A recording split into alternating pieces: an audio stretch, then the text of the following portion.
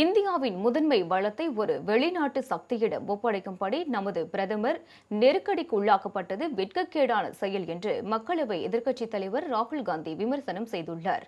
இது தொடர்பாக அவர் வெளியிட்டுள்ள எக்ஸ் தள பதிவில், நமது பொருளாதாரத்தின் நட்சத்திரமாக விளங்கும் தகவல் தொழில்நுட்பம் மற்றும் சேவைத்துறை தற்போது ஆபத்தில் உள்ளதாக குறிப்பிட்டுள்ளார்.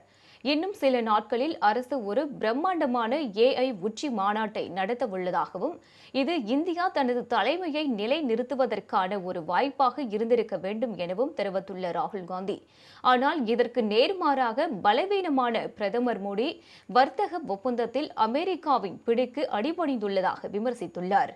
ஏற்கனவே Facebook, Instagram, WhatsApp போன்ற தளங்கள் மூலம் பெரிய வெளிநாட்டு நிறுவனங்கள் நமது தரவுகளில் ஒரு ஏகபோக உரிமையை அனுபவித்து வரும் நிலையில் அவர்கள் ஈட்டும் லாபத்திற்கு வரி விதிப்பதில் சிரமம் ஏற்படும் என கூறியுள்ளார்.